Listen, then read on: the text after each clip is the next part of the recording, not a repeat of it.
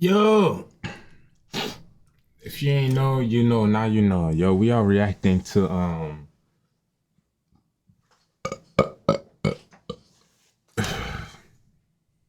on, I'm gonna tell you who I am reacting to. 1090 Jack, whatever you fucking pronounce his name. We are reacting to him, you know what I'm saying? Apparently. Oh, QUAN swear. Oh. And what's up? Hey, hold on. If you did not smack the like button, subscribe, smack it. Do that. Grab your tea. Grab your teacup. We about to hear this tea today, bro. Oh, bitch. Man. Yo, grab your teacup, bro. We about to hear this tea today, bro. What? And what's up, everybody? Welcome back to another episode of EOS. It's 1090 Jake, man. I'm rocking with y'all. Y'all rocking with me. And for this video, we're going to be speaking on Rich Homie QUAN snitching. At this point, I'm not even surprised.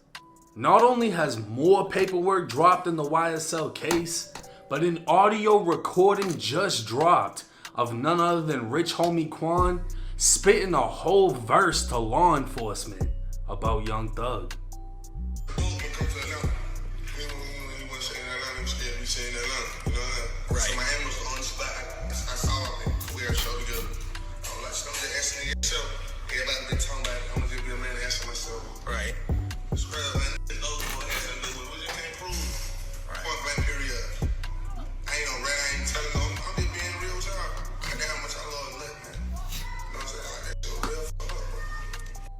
While it may be hard for some to understand Rich Homie speaking a language native to the streets of Atlanta, what he's speaking on is the very murder that would cause the fall of YSL. I got one of the biggest bloods in America with me, my you did, Atlanta, Georgia. There are shell casings up and down the street. Now I'm told one of the men who was shot, a man in his mid-20s, is in critical condition, but that his status could change for the worse overnight. Rich Homie QUAN's former manager, Donovan Thomas, who went by the name Peanut or Big Nut, was a member of the Inglewood family Bloods. His 2015 assassination outside of an Atlanta barbershop would result in a back and forth war between Inglewood family and Sex Money Murder. The majority of the violence will be documented in the YSL indictment. Prosecutors allege Young Thug was in communications with Sex Money Murder leader Kyle Ory, who's currently serving a life sentence in Georgia State Prison. Big Nut was said to have snitched against members of the gang, and prosecutors allege Young Thug orchestrated his death by renting the vehicle YSL members would later use to commit the drive-by that took Nut's life.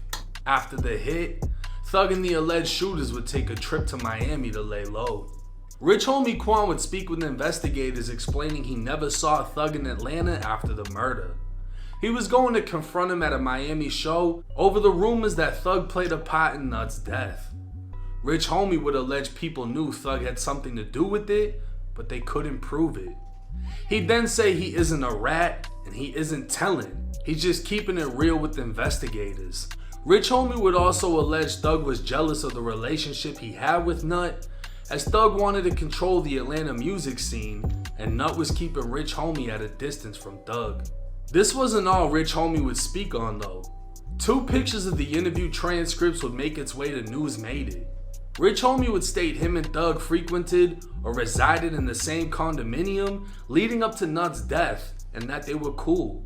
But after the murder, they drifted apart. 14 minutes into the interview, Rich Homie would speak on his truck being shot up and immediately calling Young Thug, alleging his people were behind it. He'd then speak on his father's barbershop being shot up and knowing whoever did it had something to do with Nut's death. 4 months before Nut was killed, a gunman would open fire inside of a barbershop, striking Rich Homie's father 4 times. Damn. The barbershop had just been shot up a month prior to this incident. What the fuck?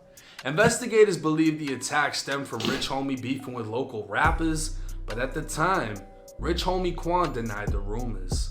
Now speaking with investigators, when asked why his father would be targeted, Rich Homie explained at the time, him and Thug were doing shows together, but he was getting the most money.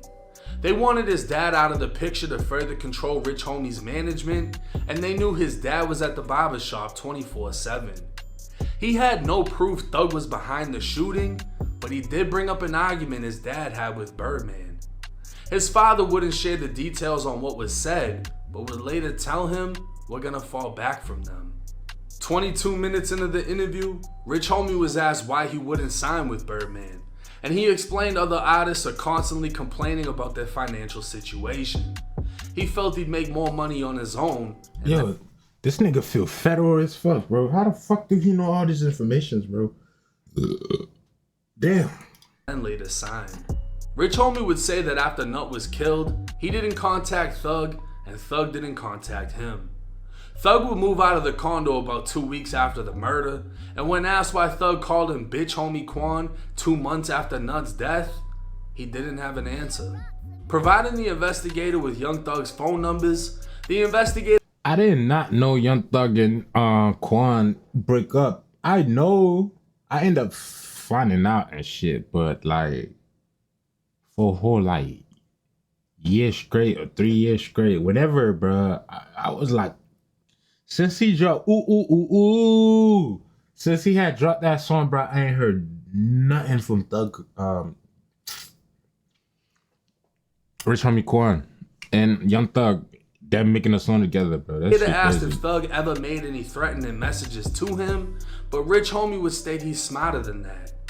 Roughly 30 minutes into the interview, the paperwork would be cut off. So realistically, we don't know how long Rich Homie sat down with investigators, but we do know he's on the YSL witness list. This leaves the possibility that Rich Homie would be called in to testify against Thug, as he'd have to recite everything said in the interview in front of Young Thug. So did Rich Homie Quan snitch?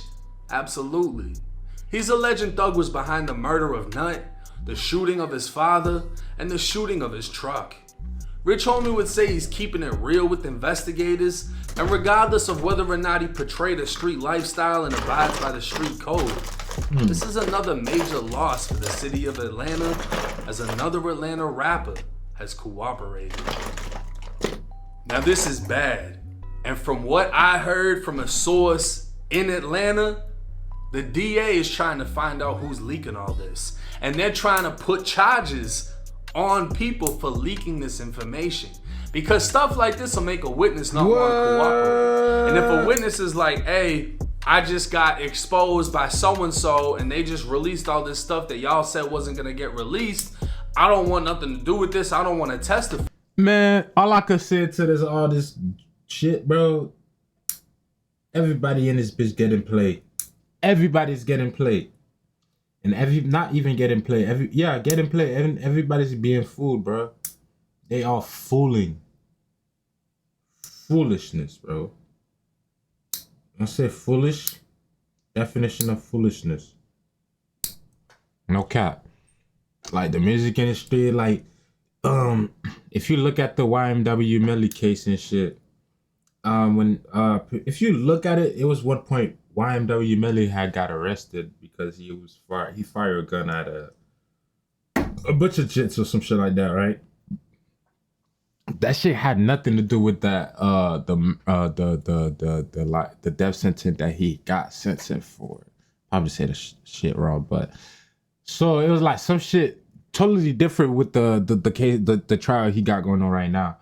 But they end up exposed those video. They end up dropping the video of YMW Melly like telling the trolls in them about who had the gun, who he was shooting at, who was da da da da da. You know what I'm saying? If you saw that video, you saw it. It's the same shit. They doing that shit to fucking ruin the black man, you know what I'm saying, career and shit. Whatever it is, they gonna do whatever and then to ruin that shit, bro. But shit crazy though.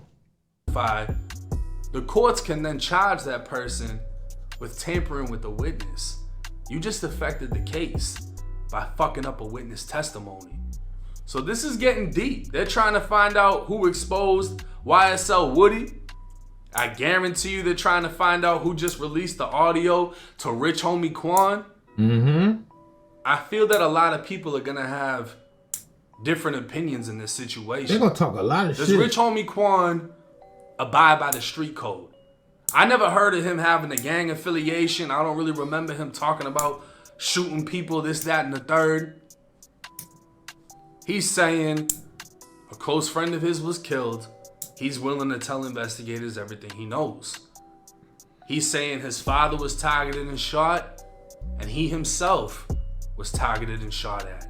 And goddamn, it's just like, who else is gonna tell? Who else already told and we don't know about it? I mean, they got mad names on the witness list.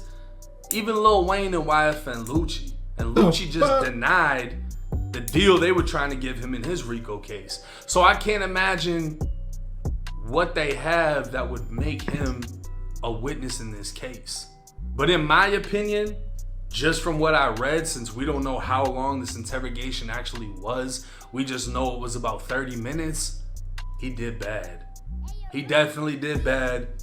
Definitely didn't have to say all that, but made the decision to do so. I haven't heard a response from him after everything came out on the internet. I know that the night this video is being recorded, he's supposed to be performing at the same show as Boosie and Webby, and I don't know if there's gonna be any conflict from that situation.